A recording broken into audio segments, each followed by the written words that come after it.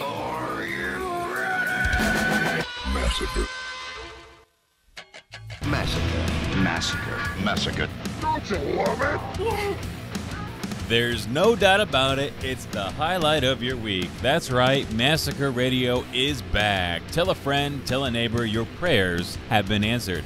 I, of course, am your host, Membersonly Dave. Big things are afoot in this, let's see, what episode is this? 15, episode 15, and boy, the hits just keep a-coming. As today, we drink from the fountain of the Acid Witch. As a little bit later on, I'll be joined by Mike Erdody, also known as Mike Tough. We talk about everything from cauldrons to hot dogs. And you know what? Maybe we should just get into that right now. What do you say? Why wait? There is a palpable energy in the air. It is yours to harness. Can you feel it? Come on! You're listening to Massacre Radio. Here at Massacre Radio, you're not going to hear any of that mundane crosstalk from 20 and 30-somethings you don't even know who couldn't care any less about you, the listener. Because, you see, that's where we're different. We actually put the listener first, with our data research team working tirelessly day and night, all to unearth topics and find guests that you, the listener, actually care about. You see, we're not a podcast, we're a lifestyle, and the difference will become clear once you turn us on. Massacre Radio, the industry leader in broadcast excellence. Welcome.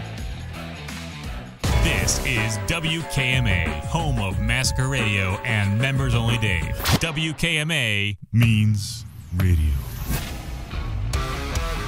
Well, wouldn't you know it, it's an honor to welcome my next guest via the Massacre Radio hotline, which you too can call at 440-941-8585. He is a quarter of the band Acid Witch. It's none other than Mike Erdody, also known as Mike Tough. Mike, welcome to the program. What say you on this fine evening? I'm good, man. Thanks for having me, Dave. I appreciate it. Okay, Mike, so to date, you are the third member of the band Acid Witch we've had as a guest on the show, and earlier, before the interview, you had mentioned you really didn't like the whole Mike Tough name thing. I don't want to say it's not that I don't like it. I'm just saying that's my name. You know, my name is actually Mike Erdody. I mean, I went by Mike Tough just because it was a nickname and everybody called. And back then, you know, I feel like I didn't really care. I kind of went with it at first, but I feel like now more and more, I used to be kind of leery about attaching my name to stuff, but at this point now, it's like, who cares? Everything's just a Google search away. With Acid Witch, as far as genre is concerned, a lot of titles get thrown around: stoner, doom, death, this, that, and the other, but the band seems to like the term Halloween metal, so I take it you guys feel right at home this time of year more than any, huh?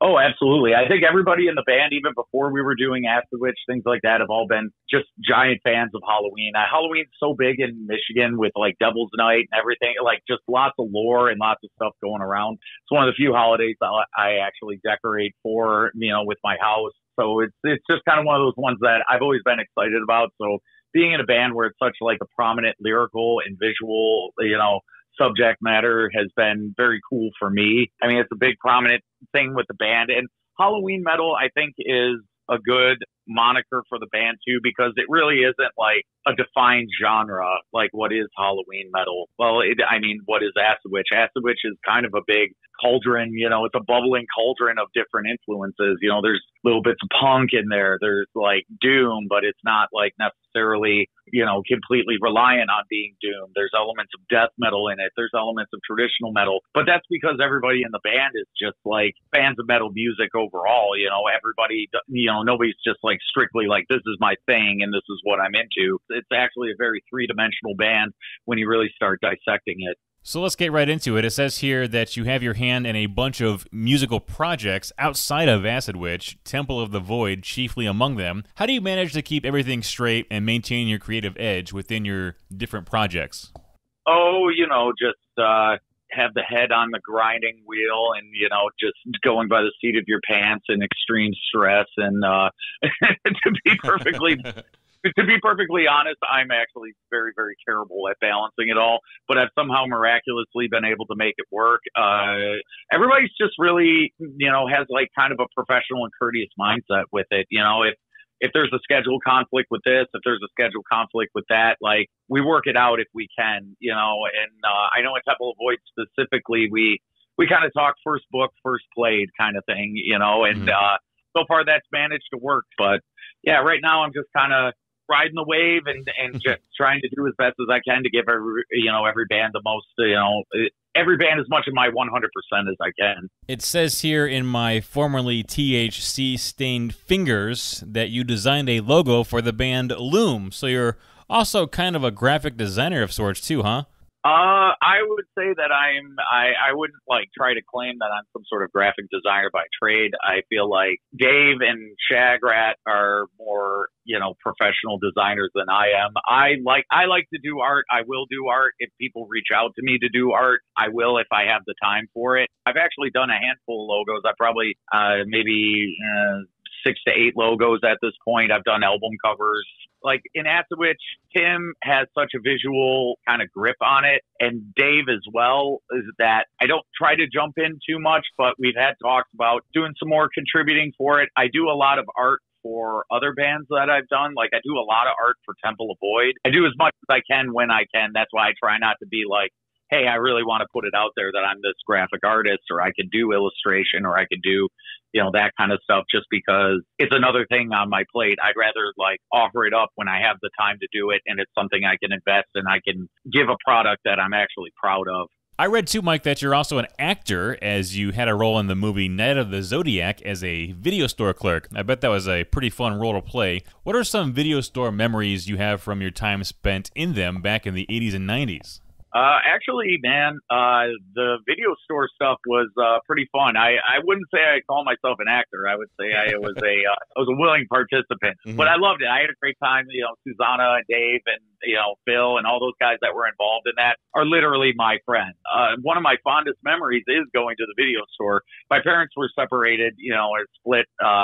And since I was a really young age, and my dad used to have me on the weekends, and he would grab me, and one of the things we would do, there was a video store by me. It was called Video Premiere, and we actually had memberships to all the video stores when they were all, when video stores were still in the heyday. And so we had memberships towards everything. So I literally, as a child, rented out probably the horror sections of all the video stores in that city, Tri-City area there. It was because they used to have a 5 for 5 for 5 deal, 5 movies, $5, 5 days. And I would go in there and my dad would grab me for the weekend. We'd pick 5 movies out, and over the course of the weekend, I would have consumed all 5 of them. And it was one of those things where he probably shouldn't have let me rent half the crap that I was watching. But I remember going in there and looking at all the amazing artwork that was just so much better than the actual movies were, where you would just see all this crazy stuff. I remember looking at In the Company of Wolves, and it'd be, Red Riding Hood, but it's the guy, and the wolf is literally coming out of his mouth, and all this just imagery where it was as a little kid, I was always just man, I wonder what that's all about. Being able to rent whatever crazy cover that I could see, and coming home and just watching ridiculous, copious amounts of gore and blood and boobs and whatever else that makes campy horror what it is. Mike Erdody is my guest, also known as Mike Tuff from the band Acid Witch. What do you say we talk about some news headlines, huh? Now, Mike, as you know, this show is based in Cleveland, and in the area we have a convention called Cinema Wasteland. Perhaps you've heard of it. There's this lady who crushes cans with her backside, I think. She kind of hovers over the beer can and then slams it. Here's some audio of her doing it if you're unfamiliar.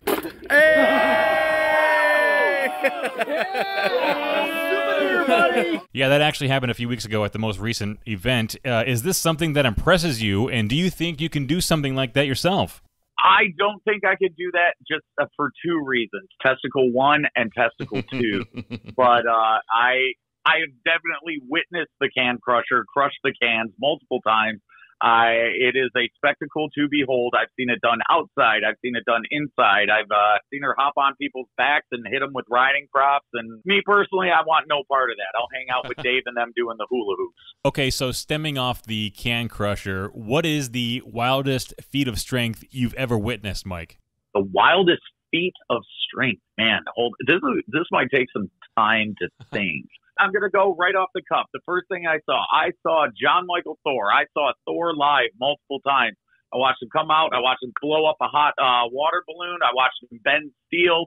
And I watched him take a cinder block on the chest, all while, in Mac's Bar in Lansing, the tiniest bar, stage ever to have these feats of strength performed. You know what? I will say that. I've never seen anybody do that much muscle stuff at a rock concert. Okay, so I saw this video the other day, and I wanted to ask you about it, Mike. But first, what's your relationship with hot dogs? Are you the kind of guy that can blow through an entire 8-pack in a week or what? You know what? Hold that thought. We're going to take a quick break, and we'll be back with more. This is Massacre Radio. Whoa! Mike Erdody. Mike Erdody. Massacre Radio. It's time to grow your love for the fine art of measurement under the canopy of 34,000 square foot at Measuremania Department Store. Folded rulers, hook rulers, yardsticks, protractors, and more, all under one roof, featuring over 91 varieties from around the world. Come see the rarest cubit balancing scale known to man, dating back to the ancient Egyptians. Why measure once when you can measure 5 times and get it precise using the finest equipment from Measuremania Department Store, measuring up to the competition since 1931. Located in Bedrock at the corner of 72 and 13 next to the burnt-down Quiznos. In today's fast-paced world, you have enough to worry about as it is. Abortion, domestic terrorism, gay marriage. Which is why you shouldn't have to worry about finding a radio station that has good family values. Because it's all here for you at your fingertips. Massacre Radio, voted best radio station for a record 7th consecutive year by Reader's Digest.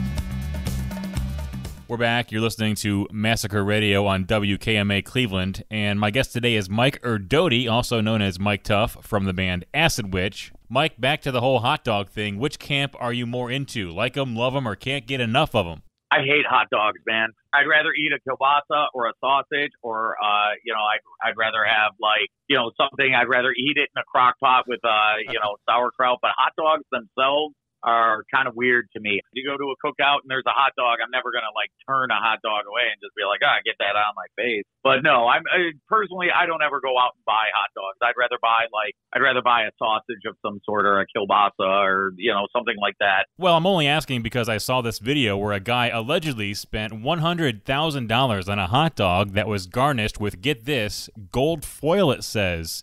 It kind of looks like gold paint chips on top. I'm sure it kind of eats the same. Here's the audio of him taking a bite. $100,000 glizzy. Oh, man. Okay, now the question is, Mike, what sort of toppings would have to be on your hot dog for you to even consider dropping $100,000 on a hot boy?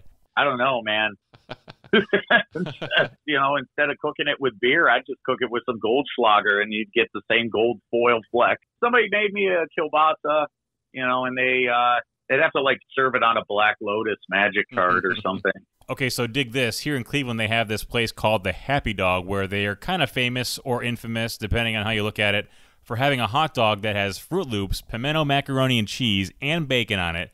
For those occasions where you want to have a breakfast soul food fusion type deal. Mike, since we're on the topic of hot dogs, what are your thoughts on the breakfast soul food fusion hot dog at the Happy Dog? Somebody put that in front of me and was just like, I bet you won't eat this. I'll be like, I'll bet you're wrong, and I'll eat it. But if it was my own money to put down, I'd probably be like, I've actually eaten that Happy Dog before. I do remember going in there and eating and it being actually pretty good. I do like street hot dogs, actually. My girlfriend's from LA, so I've gone out there and it's like, oh, you got to get a street dog, and they'll take them, they'll wrap them in bacon, and they'll put they'll put all the sweet peppers on it, and they'll put mayo and all that other good stuff on it.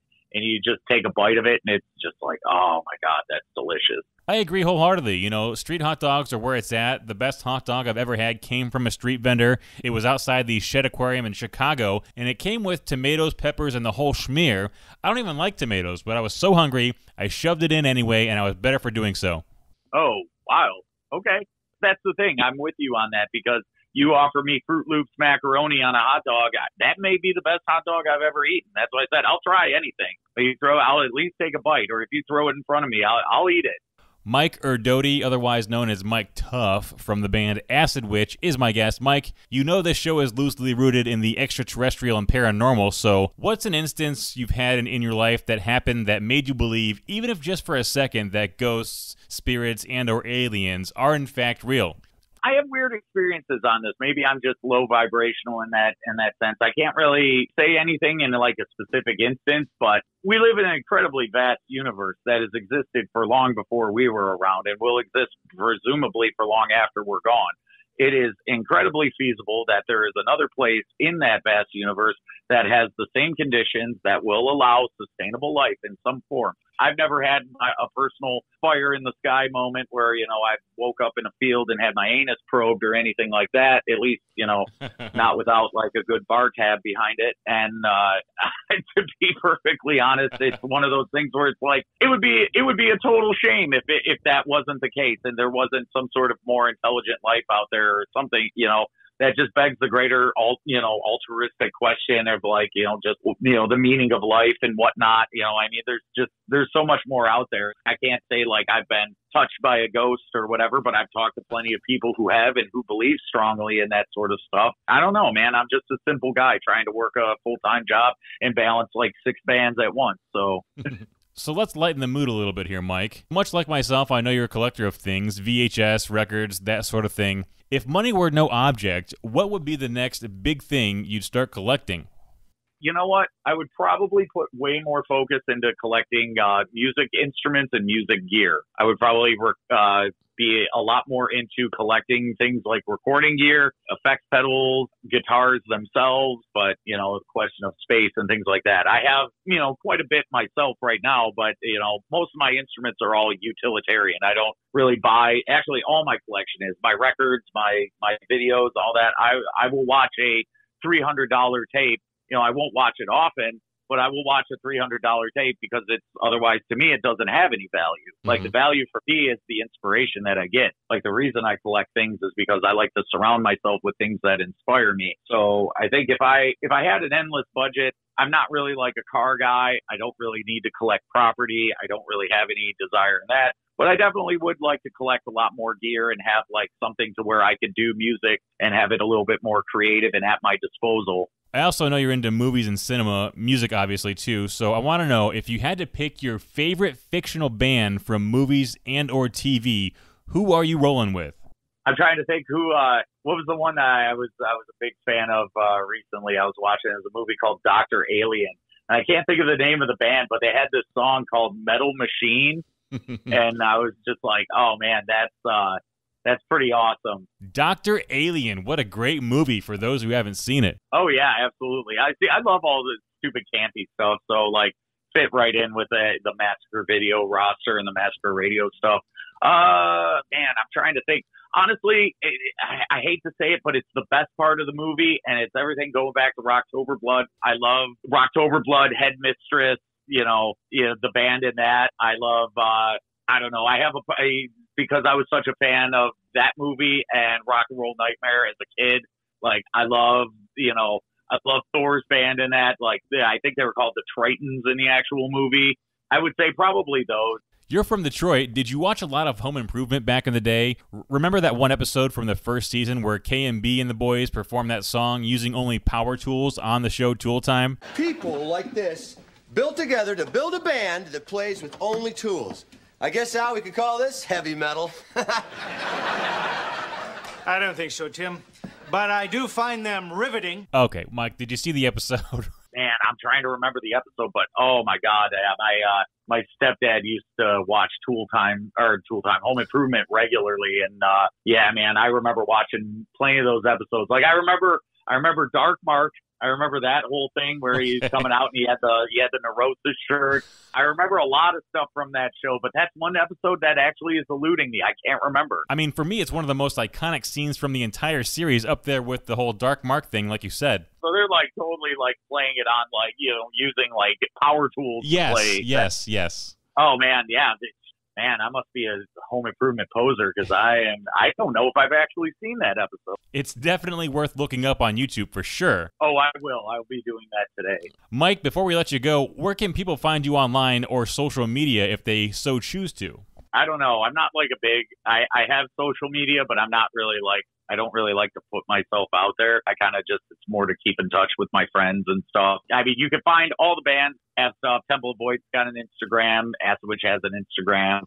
We've got Facebook. Nuke has Facebook. We've got any of that stuff. Any of my old bands, Harbinger, Borrowed Time. all that stuff has like Facebooks, and you can have like Instagram pages for that stuff. So you can find it. I mean, if you add that stuff and you send them a message, you can generally connect to me. I have a personal Instagram. I have like all that sort of stuff, but I'm not really like out there kind of being like, hey, this is my brand, sort of thing. Mm-hmm. Hey, it's like I told Dave and Shagrat, next time you guys are in Cleveland, let me know for sure so I can get all four of y'all together in one spot and we can get the party started all proper like and have a little sit-down conversation. Oh, I'd love that. I think that would be fun. I think having everybody in the band would be good because we can all, we're good conversationalists, so we're good at like bouncing off each other, and we've all got pretty good sense of humor. So we kind of play to our strengths in that regard. It'd probably make for a pretty interesting conversation. That would be a hoot and a half. I just know it. Heck, I'd even come to you if my schedule allowed. Hey, we're playing the 28th at the Sanctuary in Hamtramck. You can come on down there. It's going to be us, Restless Spirit. We've got our friends bands in there, Wastelander, Cauldron. It's going to be a killer show, man. If you can make it up for that one, yeah, come on out and hang with us. We'll be hanging all night. That's definitely something to consider. Mike Erdody, also known as Mike Tuff from the band Acid Witch, has been my guest. Mike, thanks again. Hey, Dave, thank you, man. Thank you for having me on. I love doing this stuff. I had a good time. This is Massacre Radio. Hey, that's all for this episode of Massacre Radio. Thanks for listening to this week's show, and thanks again to my guest, Mike Erdody. Go check out Acid Witch if you have yet to do so. The fellas are always cooking up something real smooth. Just like us here at Massacre Radio, I'm going to get to work on episode 16. So until then, I've been your host, Membersonly Dave, and I'll talk at you next week.